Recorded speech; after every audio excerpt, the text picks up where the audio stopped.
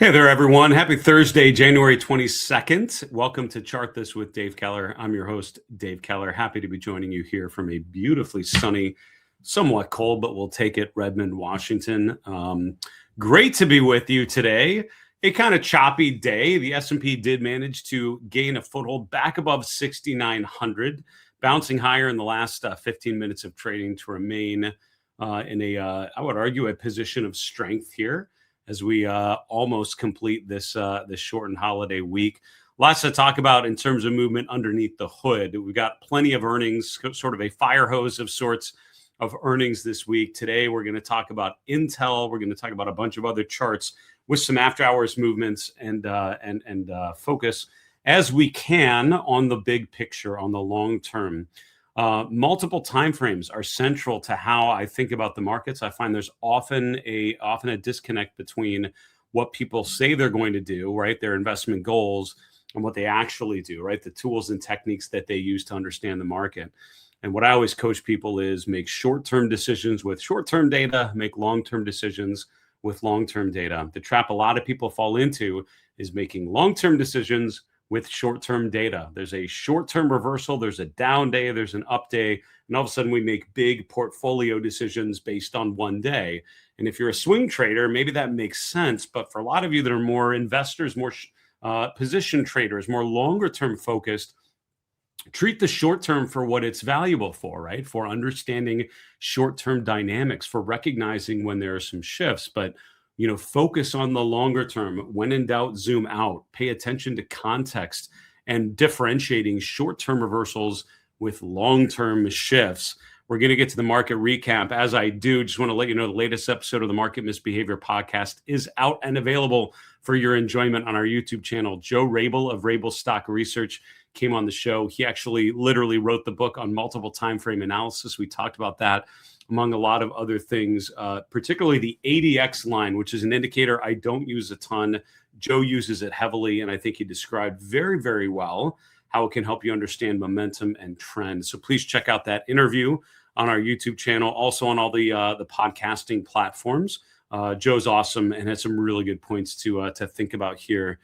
As we progress through the month of January, we're going to get started here with our market recap. Then we'll talk about some stock and group themes using the heat map. We'll finish off with some hand-selected charts from the day today. Getting started here, the S&P 500 with that bounce higher in the last 15 minutes was able to finish up just over 0.5% to 69.13. So still not above 7,000, but still just so dangerously close to that threshold, which would be the first time ever if we can get above there. The Dow a little bit better, but the Nasdaq at the top up 0.9% to 23,400 and change. The mid-cap and small-cap indexes both up. Mid-caps lagged behind, ended up finishing flat for the day. So you can see the general progression of the day for all these major indexes, sort of a nice open, sort of a midday stall, and then distribution going into the close. The small cap and mid cap indexes basically weakened a little bit more. So small caps up about 0.25%.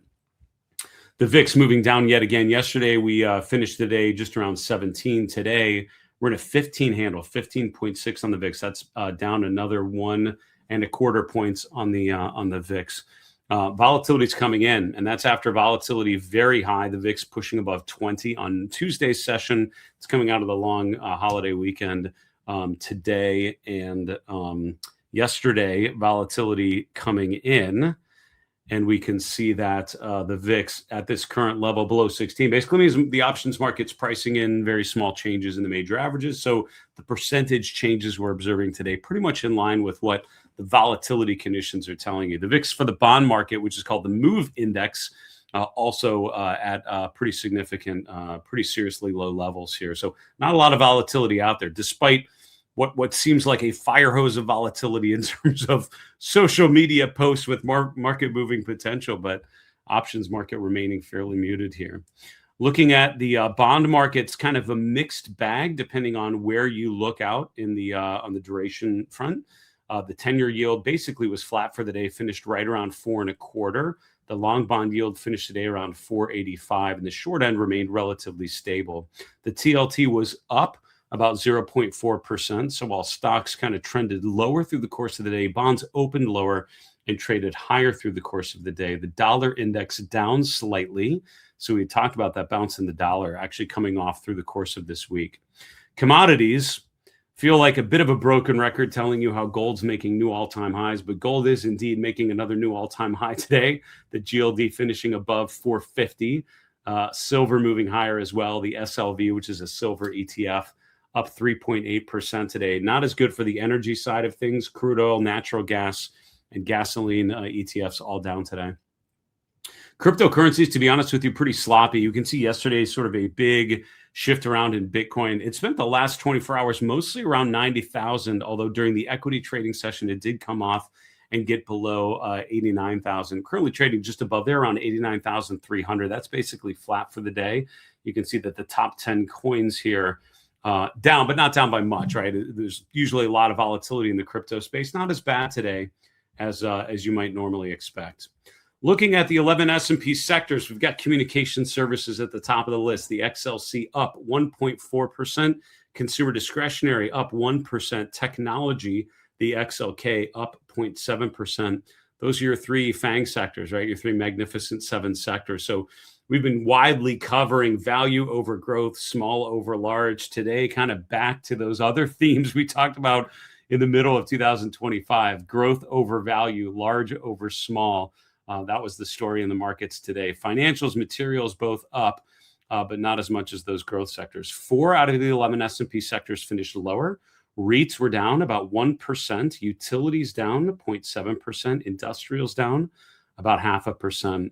So some of those, the defensive sectors have not been particularly strong on a relative basis, so that's not a surprise. But industrials have been one of the stronger sectors and have had some incredible outperformance. This is one of the weaker days we've seen here. GE Aerospace down on earnings pretty good today. We grabbed that chart to share with you, and we'll hit on some of those other themes as well. Breadth was not amazing, but it wasn't bad. I mean, generally, I would say neutral to positive. On the Nasdaq, the breadth was the strongest, with about a 2-to-1 ratio of stocks higher versus lower. On the New York Composite Index, about 60% of the stocks were up. Small cap index around 57%. So not bad, but most of these are kind of technically in the neutral range, between 40 and 60. What else can I tell you? Looking at the Magnificent Seven and Friends, Meta, which has been one of the worst charts in this basket, actually having a decent update, up 5.7%. I did grab the chart of that to share with you. The short answer is I still think quite a bit to prove before Meta is anything like a constructive chart from a technical perspective. I would say it's still technically challenged is how I would chart challenged is what we often used to say on the team at Fidelity. So Meta remaining chart challenged, but a nice update. So good reminder to check on resistance and check on what levels would make that a more positive chart for you. Tesla up over 4%, and that's another one having a nice recovery week. On the downside, Netflix continuing to struggle. It's been in a downtrend for quite some time. Earnings this week did not appear to help. Down yesterday, down again today, just over 2%. Broadcom also testing some key support. Probably call that a neckline, down another 1% today. And Apple holding in there for now. All right, we'll continue on looking at the market carpet, the heat map. As a reminder, your questions are very much welcome here on Chart This with Dave Keller. Please use the comment section of our YouTube channel to share questions with us. We'd love to hear from you. We'll hope to answer one of your questions in our next mailbag episode, which will be tomorrow. Friday mailbag should be a lot of fun. What else can I tell you? I mentioned the podcast. That's pretty good for now. We've got a lot of things working here with at Market Misbehavior, talking to some strategic partners, talking about some great initiatives, building out the team to help me stay on top of all of these things. I do what I do largely on my own, although I have a fantastic video editor helping with the podcast and some of the YouTube content, but I need some more help. So if you look for if you know a virtual assistant type person that you think would be awesome, let me know. Would love to hear from them, but hopefully we're building out the team here in the short term. All right, what else can I tell you about the market conditions today? Very much mixed, right? The breadth was technically okay, but when you look at the heat map, you're going to see a lot of red in here, and some stocks down quite a bit, even in the growthy sectors, right? In the technology sector, upper left, you've got Lam Research down 3.4%. Applied Materials, KLAC, we're all down. Those are some of the big semiconductor names. We showed you the chart of semiconductors yesterday. So it's interesting. You've got like LRCX, Applied Materials, all pulling back. You have AMD, Micron, NVIDIA, bouncing. Micron making another new all-time high.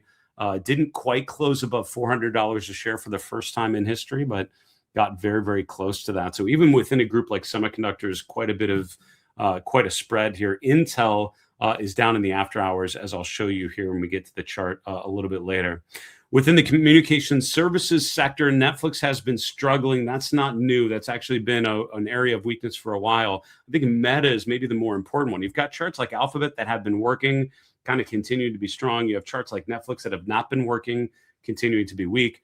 Meta's kind of in the middle, right? Kind of bouncing off of a potential support level, bouncing off of 600 and pushing above there today, which is kind of encouraging. I mean, in the rest of the 11 S&P sectors, it's really hot or cold. It's mixed results is how I would describe it. And even within groups, within sectors, within styles, I'm seeing quite a lot of differentiation. Other names to kind of highlight: GE Aerospace is down in the after hours, or actually it was down today during the trading day. That is over 7%. Howmet Aerospace, which is in that same group. Now, these are stocks that have been testing new all-time highs and have been in primary uptrends for quite some time. Both Howmet and GE made new all-time highs earlier this month, in some cases earlier this week, in the case of Howmet, but all pulling back today. So question marks a bit on that aerospace defense trade, which has been remarkably strong. TDG is another one down today. That group, what's the one that I want to use? Is this what I'm thinking of? No. I'm blank. I'm having a ticker malfunction. ITA. I was going to say, what is ITA? ATI can come up with it. ITA is the Aerospace and Defense ETF. And it's been a remarkably strong chart, and the relative strength has been fantastic for the last 6 weeks. But this week, coming out of the long holiday weekend, we've got down days Tuesday. Yesterday, a bit of a bounce, but today moving lower again. This is after being overbought going into the holiday weekend, and then showing some weakness coming out of it. So for now, still seems like a healthy pullback within an uptrend, right? We're still above upward sloping moving averages. We're still above the 21-day EMA, which is often kind of an initial level for me to watch. If you look back here in like November, we broke below the 21-day EMA and then the 50-day, and then it ended up being a little more of a significant pullback. And certainly in terms of time, it ended up being about another 6 weeks before we ended up getting back above the 50-day moving average. And then we ended up making new all-time highs. So for now, still feels like kind of a pullback within an uptrend. That's why I watched the 21-day EMA to see if that would hold. For now, that's holding in there pretty well. It's around 230 on the ITA, which is an aerospace and defense ETF. There are a couple of ETFs that play that space, but I would be watching a level like that. Great opportunity to set an alert and track for potential pullbacks. P&G, Procter and Gamble, not a sexy name, not the juice, not the traditional offense you would think of, but making a new swing high popped up on my radar. I think I grabbed that chart to dig into a little bit further. And then I would say one other observation: some of the defensive sectors within consumer staples, which is Procter and Gamble's sector, you are seeing some improving charts, like some of the tobacco names like PM, charts like Clorox, breaking to new swing high. So still more to come, I think, in terms of seeing more of a period of accumulation. But we're starting to see names that have been underperforming through much of 2025 starting to do quite well. Constellation Brands might be a good example to share that fits that bill. Pushed above the 200-day moving average last week. Down a bit today, but holding that 200-day for now. This is a stock that spent the entirety of 2025 below the 200-day moving average. So this is a sector which I think many people have appropriately written off for a while, just because the performance has not been there. But now you have a stock making higher highs and higher lows. You have the momentum, which was very much negative through the entirety of last year, starting to be more positive, right? In a bearish phase, lower lows, the RSI is oversold. Lower highs, the RSI doesn't get much above 60. Now we have the opposite. We have higher highs and higher lows. The RSI is becoming overbought on the rallies, and pullbacks remain above 40. So this is a change of character, I would argue, from a distribution phase to an accumulation phase. Those are some of the things we look for: improving price action, higher highs and higher lows, moving above key moving averages and holding those, which is an open question. Momentum improving and getting more to the bullish range. I think we're seeing that And those things tend to lead to an improvement in relative strength, which is what we're seeing for STZ as well. All right, let's continue on and look at some charts together. As a reminder, if anything we're showing you here brings a question to your mind, please take a moment and drop it on our YouTube channel in the comment section. We would love to hear from you for sure. Hold on a second. I meant to bucket that somewhere else, and I'm going to move it. There we go. Let's start with the daily chart of the S&P 500, looking at this, what we're calling a traffic light technique. I don't want to call it a stoplight technique. I think that has kind of a negative constellation, like we're stopping. We're not necessarily stopping. Traffic lights can be green, right? So we'll call it the traffic light approach. But again, based on the structure of the S&P 500 in Q4, I kind of developed this way of visualizing sort of a bullish setup, which, excuse me, for me would be above 6,900, a neutral setup between 6,550 and 6,900, a bearish setup, which would be any break below 6,550. That's the orange line that you see here, connecting major lows in November and December. We're pretty far away from that level. This week, for now, the technical story, I think, on the S&P has been a test of the 50-day moving average. For now, a bounce above there today. I mean, you have to describe it as a doji candle, which is a candle pattern. Looks like a little cross on the chart where the open and close are almost identical. You have highs and lows, so there's an open, there's trading, and then there's a close. You don't really go anywhere. That's called a doji candle, which is the name to that, that idea that open and closes are identical. It's usually a short-term reversal candle because it represents indecision, but we'll see what happens on Friday's session, which appears to be pretty important here. Quite a bit of earnings coming out here, obviously today and then into tomorrow. So that could be part of the catalyst. As always, I mean, there's just so much news flow right now from Davos and from world leaders doing all sorts of debates on social media and in person. So we'll see there's a lot of game left. We'll see what happens between now and tomorrow's open. But for now, the market bouncing higher off of the 50-day moving average. We're technically right on that border. We are right at 6,900. So I would say still technically in the neutral camp. We finished the week above 6,900. That would be pretty bullish. Now, I tell you, when you're looking at a market doing what it's doing, I think you always want to look a level lower and start to make assessments about what can we use to validate the likelihood of the S&P moving meaningfully higher above 6,900. Do we see things that get us the feeling that is a more possible or more probable outcome versus more of a backing and filling, spending time in that yellow neutral range? And I would say one indicator that tells me to be a little more skeptical is the momentum, right? The RSI on the previous chart still below, still kind of in a neutral range. Joe Rabel and I talked about using the ADX, which is much lower now than it was in the fourth quarter, for the record. But I encourage you to check out that interview with Joe. He did a great job of describing how the change of character in the S&P has been the lack of momentum support still there. I would say still a lack of momentum support this week.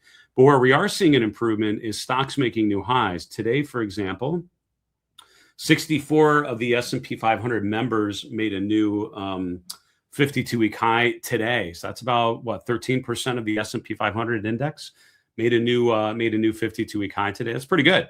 And that's actually back to where we were the first couple trading days in January. That's some of the highest readings we've seen in the last year. So anything above this means more and more stocks, while the S&P and the Nasdaq still below their previous all-time high. Some of these names are really starting to break out already. So those leading names, those early breakouts are happening. That's been the story for pretty much all of January. So certainly something to pay attention to. Breadth conditions otherwise pretty good here and have generally been improving in recent weeks, coming out of the end of last year and now into January. The AAII survey is one of those sentiment indicators that we follow. This is updated every week. And so Thursday is the day where we like to revisit this. There was a big uptick last week in terms of bulls. It got up to almost 50% today, pulling back a bit to 43% bullish. Bears increasing to 33%. That means the spread is back to around 10 to 11% between bulls minus bears. So still net positive, which has been the case since the end of November. Certainly something to continue to watch. We got very, very close to that contrarian bearish indicator. When there's over 50% bulls, I've learned to be a little bit skeptical because that means investors in that survey are just way too bullish. I don't think we're too bullish at this point. It's kind of a steady in the bullish range here. The name exposure index we updated today as well. That's down to around 88%. That's down from around 92%. I want to say 93% last week. So we've seen a pullback now. And over the last 6 weeks, from mid-December now to where we're at, mid-December, we were over 100% positioned according to this survey. Now it's down around 88%. That's still above average if you look at the long-term history of the indicator, but certainly coming down. And I think that the directional trend there is something to pay attention to. All right, the relative performance of industrials, that's the top panel here. These 4 series track the relative performance of 4 value-oriented sectors versus the S&P. If these lines are going up, that means that sector's outperforming. If the line's going down, it's underperforming. Here, we're seeing the relative performance of industrials versus the S&P, the same for financials, materials, and energy. Now, one of these sectors in 2026, just in the first couple weeks now of the new year, one of them looks very different. Industrials have been outperforming, as have materials and energy. The one sector that has not been outperforming in 2026 has been the financial sector, and that was one of the better sectors in Q4, particularly in November and December, but a huge change from December to January. And now we're seeing that sector start to underperform. There were stocks in that sector that had decent earnings, but there are also plenty that struggled on earnings. And as a result, that sector is starting to underperform. There's news today about President Trump suing JP Morgan. We'll see what happens with that stock and other banks tomorrow, as that threat is now a thing. That has been an issue with other banks previously, but this is a new, yet another lawsuit coming out. So we'll see what happens there. But the financial sector, always under regulatory pressure, always under, challenging conditions in some ways. And so financials coming down. And that's as the yield curve has generally been steepening in the last 6 months. So the financial sector underperforming, but the rest of these value-oriented sectors doing quite well. That's something I talked about with Joe Rabel. That's something I talked about with Ted Hicks yesterday. That episode should be out to you tomorrow. So some good interviews to sort of challenge your thinking, give you some ideas from some top practitioners about what they're doing to make sense of these current market conditions. All right, let's finish off talking about some individual stocks, and then we will call it an evening here on Thursday, January 22nd. Meta Platforms actually having a decent update. The stock hasn't been up much in the last couple of weeks, really from mid-December when it was testing the 200-day from below to where we're at now. For now, bouncing off of $600 a share, which looks like a short-term pivot point, at least to pay attention to. I'm kind of seeing that as a retest of those November lows. We get down into that range. Now we're seeing a nice bounce higher today. For me, I think I mentioned earlier, differentiating a short-term bounce, a short-term change versus more of a primary change, right? A long-term shift. The 200-day, I think, is a good thing to watch here. That's where Meta stalled out after a similar counter trend bounce in November, stalled out at the 200-day. That's around 675 to 680, then rotated back lower. Today's bounce higher makes me want to focus in on that level yet again. I think Meta above 680 could be a pretty compelling chart again, because that would take us above the 200-day. That would take us above the December swing highs, and also that gap from the end of October. That's when the stock gapped lower, and then has been struggled to regain that level. So I'm thinking 680 is the level to watch there. We'll keep an eye. Also, you want to see momentum improve, right? The RSI stalled out at 60 on these bounces, and so that tells you about the phase that we're in. It tells you we're more of in a distribution phase. A breakout above 680 with an RSI pushing above 60, that would be the formula that looks more like this kind of move right here, right? If you're looking for a playbook, I think these April lows kind of similar. You had like a couple tests of the 200, then you finally broke above it on stronger momentum. And I think right about here, you can speak to the primary uptrend being more positive. We'd be looking for something similar here to think about Meta more on the long side. Intel reporting earnings today. We'll check in a moment, but obviously this is a stock that's been doing quite well. Made new all-time highs today. Did close slightly higher. The moving averages are in a positive direction. Overbought, which often tells us we need a short-term pullback. The relative strength has been quite strong. So going into earnings, I mean, not much to not like there, I would say. To be honest with you. Now let's look at what's happened in the after hours. And I would caution you, I'm not a big believer in the after hour session being great for long-term, evaluation, but in the short term, just thinking about how a stock is, the instant reaction to an earnings release, I think the after hour session is perfectly valid for that. There's just not as many participants. The volume's a lot lower. It's a much more volatile session. So I think as an indicative price, it's certainly helpful just to gauge that initial reaction. We'll see what happens tomorrow when we have a chance to sleep on what we learned and what happens. But for now, it looks like Intel closing or trading a lot lower in the after hours. Looks like an earnings disappointment, down almost 11% to 48.40.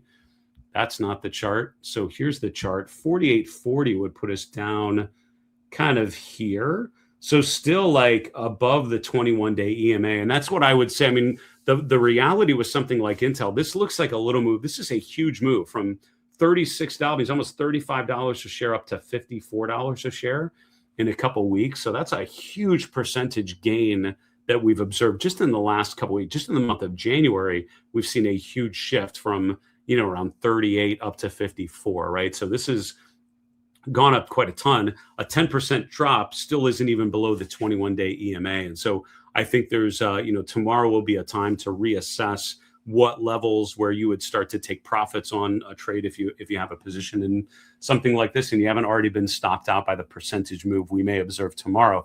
This could put pressure on semiconductors for sure going into the weekend. As I mentioned today, mixed results today. We'll see if Intel's earnings miss starts to weigh on that group tomorrow. Also seeing some weakness in aerospace. GE Aerospace reported earnings today, closed down over 7%. That takes us back below the 50-day moving average. We'd highlighted that back here in November when we went below the 50-day for the first time since the April low. And then when you have that sort of move, that short-term pullback, when we get it back above the 50-day, that often implies sort of like a regaining of the mojo and a return back to a primary uptrend. That's certainly what it felt like going into the beginning of the year, pushing up to around 330. But now in the last week or two, we're rotating lower. We're right at 295 at the close. The RSI is almost exactly at 40. So I think holding 280, which would be the December swing low, holding the 200-day moving average, which is currently around 270, I think would be pretty important. I'm going to set an alert at 280 to kind of revisit that structure, because if we break below 280, then we're not making higher lows anymore. And I think that would be pretty dangerous. For now, a little bit more room, and the momentum is important to watch as well. Procter Gamble, I mentioned talking to Joe Rabel, a great interview. And again, please check out that podcast interview. He's a smart guy and an excellent bottom-up stock picking technical analyst, which I value greatly. We talked not particularly about Procter Gamble, I don't think, but I don't remember. I've talked about a lot of names with a number of people here recently. I don't think we talked about PG, but we did talk about using multiple timeframes, and that's what I wanted to highlight this for you. PG caught my eye on the heat map. I took a little deeper dive on here. You can see not a huge bullish momentum divergence, but a bit of a divergence going into that January swing low. Over the last week, we have finally been able to regain the 50-day moving average, which has been a challenge for Procter & Gamble all through the fourth quarter. That's a nice push higher. I would want to see a move above the 200-day moving average to completely validate this new breakout, this new primary uptrend kind of move. But we're making a new swing high above 148. And the RSI is pushing above 60 today. So let's see if we get a follow-through day tomorrow. And again, ideally pushing above the 200-day moving average. That would be a nice completion, but outperforming here in the last week. But let's take a big step back. When you have a stock that's been in a downtrend, what does this mean? Looking at the weekly chart, this downtrend that we observed all through 2025 provides a stark contrast to the strong uptrend that we observed all through 2024. So 2025, a pretty ugly year. You can see the bounce here in the first couple of weeks, but what draws my attention is here, the PPO, the weekly PPO appearing to generate a bullish crossover this week. We'll see, barring any big sell-off tomorrow, looks like Procter & Gamble would get a big buy signal. If you look previously, we did have a brief buy signal here in August, ended up fizzling out very, very quickly, and we never really regained that 200-day moving average, or in this case, the 40-week moving average. But previous signals, when we've gone below zero and get a good bullish crossover, it often indicates a nice upside rotation. That's a signal I've learned not to ignore too much. So that bullish crossover on the weekly chart of PG arguably could be the more important story. All right, two more charts I think that I grabbed for you. That's true. All right, short-term chart we'll look at here, the candle chart. This is a 6-month chart of Arista Networks, ANET, obviously in the technology sector. Gapped higher today, which is what initially caught my eye. Big higher opened around we'll call it 140 almost. Traded above 146, which took it briefly above the 61.8% retracement. If you take the October high and the November low, 38.2% of the way up is at 134. Look at how we had this, what's called a hanging man candle up at the top here with the open and close near the highs of the day. Big, long, lower shadow, but it happens in an uptrend. That's a pattern called a hanging man, which is a short-term reversal candle. So reversal candle at a Fibonacci level, it's kind of like a validation of a short-term reversal sign. And that's what we got for the next week. We pulled back quite a bit down around 122 or so. We then eventually broke above there. And today, gapping higher, trading above the 61.8% level, but similar to what we saw back here, we test a Fibonacci level. We have this bearish configuration. This is called a shooting star candle, suggests the next 1 to 3 bars are lower. That tells me this is not a great breakout for now. And until we can regain that 145, 146 level, this is telling me the bias is more likely lower in the short term. All right, I like to finish with the chart doing well. And what's so fascinating about this market, well, we can talk about stocks that are struggling. We can talk about some of the leadership names, previous leadership names that are choppy, particularly in the growth space, things testing support and in some cases failing. Boy, specialty chemicals is a group within the materials sector in a primary uptrend, higher highs, higher lows. Albemarle made a new high today, pushing above 188 at the close. We're above upward sloping moving averages. The momentum is strong. The relative strength is strong. These are the types of charts I like to think as a trend follower. I like to follow these trends as long as possible. Peter Lynch, in one of his books, talked about comparing your portfolio to a garden, right? What you want to do, if you sell your winners, that's like pulling your flowers and watering your weeds. So we want to pull the weeds. We want to pull the stocks out of our portfolio that are not helping us. We want to water the flowers that are succeeding, that are growing, that are doing well. So a chart like ALB, it's long and strong. It's up and to the right. Let's get nervous when it's no longer in an uptrend. For now, I would say a clear uptrend phase. Folks, that'll do it for today's episode of Chart This with Dave Keller. Thank you so much for joining me here today. I enjoy doing the show a great deal. I appreciate you coming along this ride with me, and certainly appreciate you dropping a question in the comments section. We'll hope to feature your question in our next mailbag episode, which will be tomorrow on Friday, January 23rd. In the meantime, please check out the Market Misbehavior podcast. Great interview with Joe Rabel. Another interview with Ted Hicks, author of Evidence-Based Investing, coming to you probably tomorrow. Both good interviews with smart people. I hope you check them out. Have a great night. I'm Dave Keller with Market Misbehavior, reminding you it's always a good time to own good charts. Take care, folks.